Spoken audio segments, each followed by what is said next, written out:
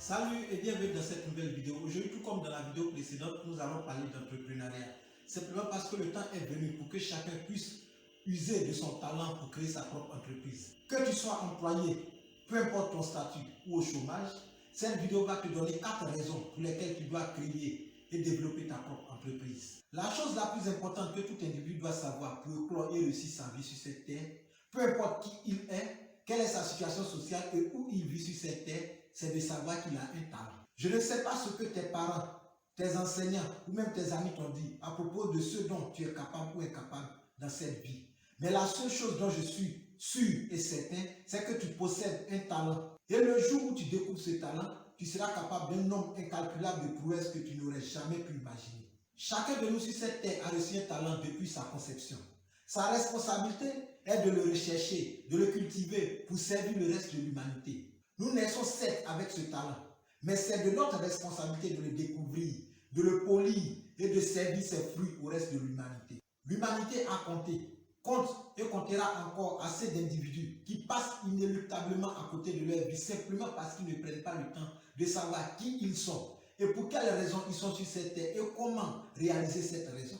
99% des personnes qui jonchent nos cimetières sont morts sans jamais découvrir qui ils sont et quel est le talent qu'ils portent en eux. Ils sont morts avec ce trésor sans jamais en faire usage. Bon nombre de ceux qui vivent encore continuent de lutter dans la vie simplement parce qu'ils refusent de s'écouter eux-mêmes, de regarder à l'intérieur de leur propre être ce qu'ils ont comme trésor, ce qu'ils ont de meilleur, de l'exploiter pour leur propre bonheur et le bonheur de l'humanité. Voilà une histoire qui illustre très bien ce que je dis. Il s'agit d'un SDF qui dormait sous un pont. Un jour, il a reçu la visite d'un avocat lui annonçant que son unique frère, qui lui restait comme membre de sa famille, venait de décéder. Ce défunt frère a chargé son avocat de retrouver par tous les moyens cet unique frère dont il a appris l'existence quelques semaines avant sa mort et de lui remettre 2 enveloppes. Lorsque le SDF a reçu les enveloppes, il les a tout de suite enfouies dans sa poche sans jamais prendre le temps de savoir ce qu'elles contenaient. Malheureusement, quelques mois après, le SDF meurt. Le service des pompes funèbres qui était venu chercher le cadavre a procédé à une fouille dans l'espoir de découvrir au moins un document sur ce SDF permettant de l'identifier. Quelle ne fut leur surprise lorsqu'ils découvrirent dans la poche de ce SDF 2 enveloppes. L'une d'entre elles contenait la coquette somme de 50 000 $, environ 25 millions de francs CFA. Et dans la deuxième enveloppe se trouvait un testament.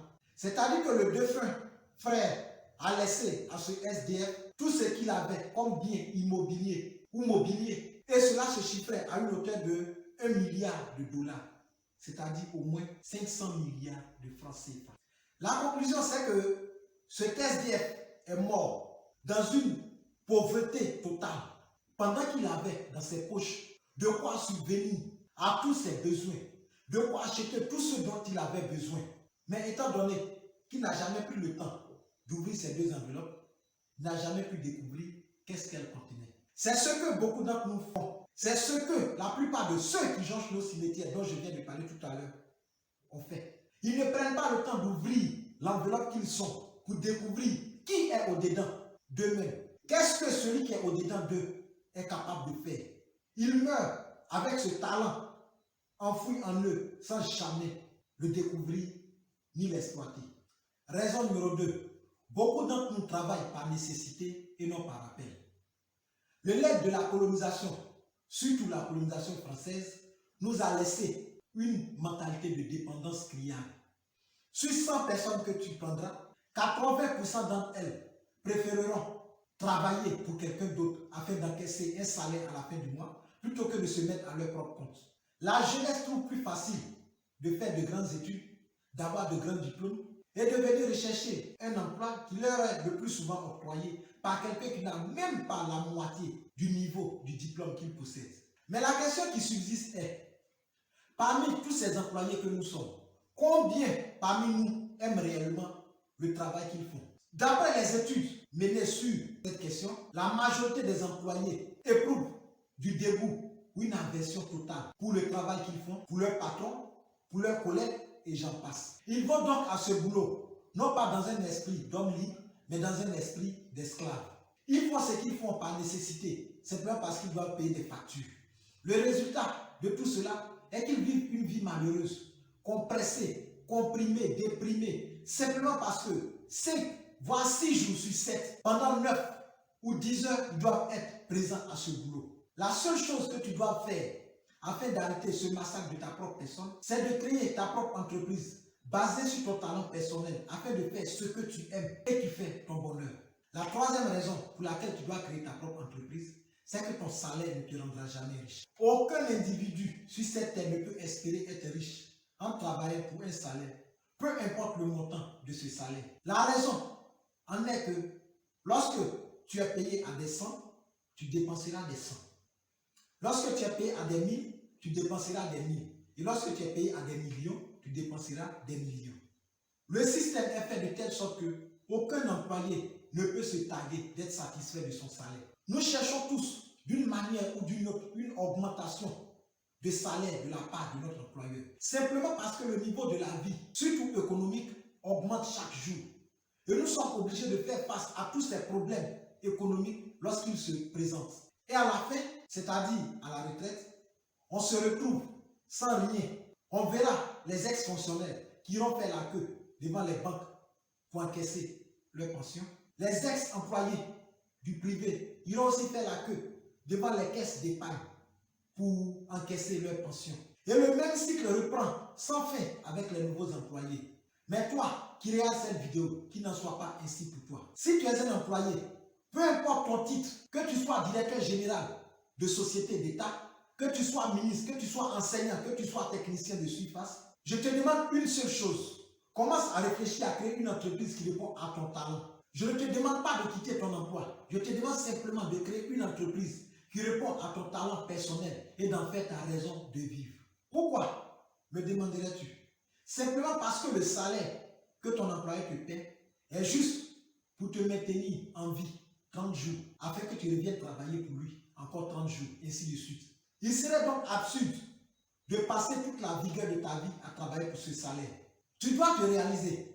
Et cette réalisation n'est possible que dans la mesure où tu découvres ton talent, tu le travailles, tu le multiplies et le sers au reste de l'humanité. Et comme j'ai eu à le dire dans la vidéo précédente que je t'invite à regarder, lorsque tu découvres ton talent et que tu l'utilises pour produire une solution à un problème que vit l'humanité, l'humanité viendra avec son argent pour acheter cette solution. C'est ça qui va te rendre riche et non le salaire que tu encaisses par rapport à ton emploi. Raison numéro 4, tu rendras compte de ton talent reçu. Comme je l'ai dit, aucun individu sur cette terre n'est né sans talent.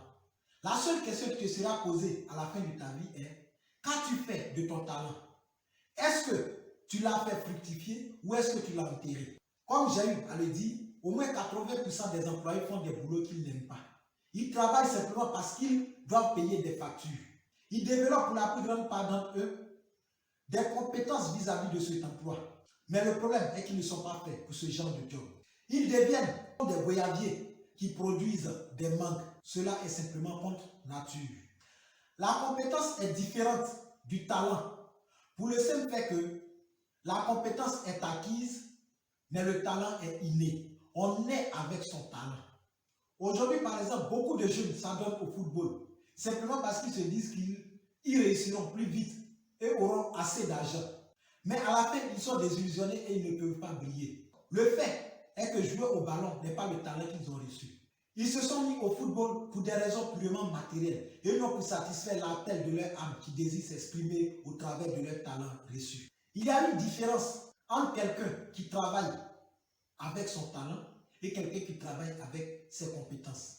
Cette différence, c'est l'enthousiasme. Le mot enthousiasme vient du mot grec anthéos, c'est-à-dire Dieu à l'intérieur ou le divin à l'intérieur. Lorsque tu travailles avec le talent que tu as reçu de Dieu, Dieu ne peut être qu'à l'intérieur de ce travail. Pourquoi? C'est bien parce que les fruits que tu produis ont pour rôle de nourrir le reste de l'humanité. Les fruits ne sont pas destinés à te nourrir, mais à nourrir le reste de l'humanité que Dieu lui-même a créé. Pour la simple raison que tu ne verras jamais un oranger produire des oranges pour se nourrir lui-même.